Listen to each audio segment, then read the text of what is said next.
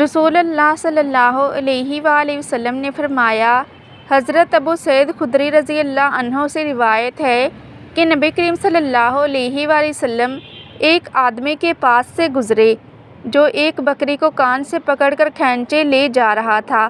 آپ صلی اللہ علیہ وآلہ وسلم نے فرمایا، اس کا کان چھوڑ دے، گردن سے پکڑ لے۔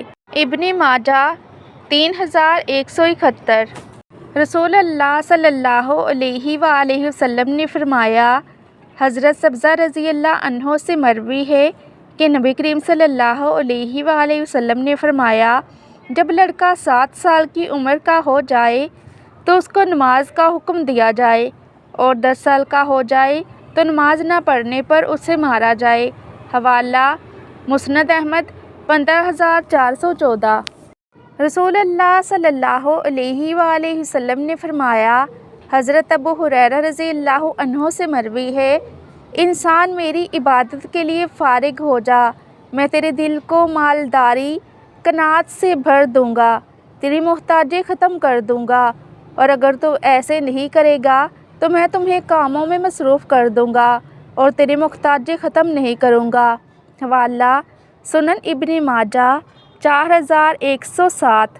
پہلی 3 انسان جن سے قیامت کے دن جہنم کی آگ بھڑکائی جائے گی۔ نمبر 1، قرآن کا حافظ، جو حافظ بنتا ہے دکھاوے کے لیے، خود کو قاری کہلوانے کے لیے، نہ کہ اللہ کے دین کی خدمت کے لیے۔ نمبر 2، شہید، جو اس لیے میدان جنگ میں لڑے کہ لوگ اس کو بہادر کہیں اور اس کی واہ واہ ہو، نہ کہ اللہ کی راہ میں شہادت کی تمنا۔ نمبر 3، مالدار، جو دکھاوے اور جھوٹی عزت کمانے کے لیے بہت صدقے خیرات اور صلہ رحمی کرتا ہے۔ مفہوم فرمان رسول اللہ صلی اللہ علیہ وآلہ وسلم۔ سنن الترمذی 2382۔ صحیح ابن خزیمہ 2482۔ صحیح الترغیب 1322۔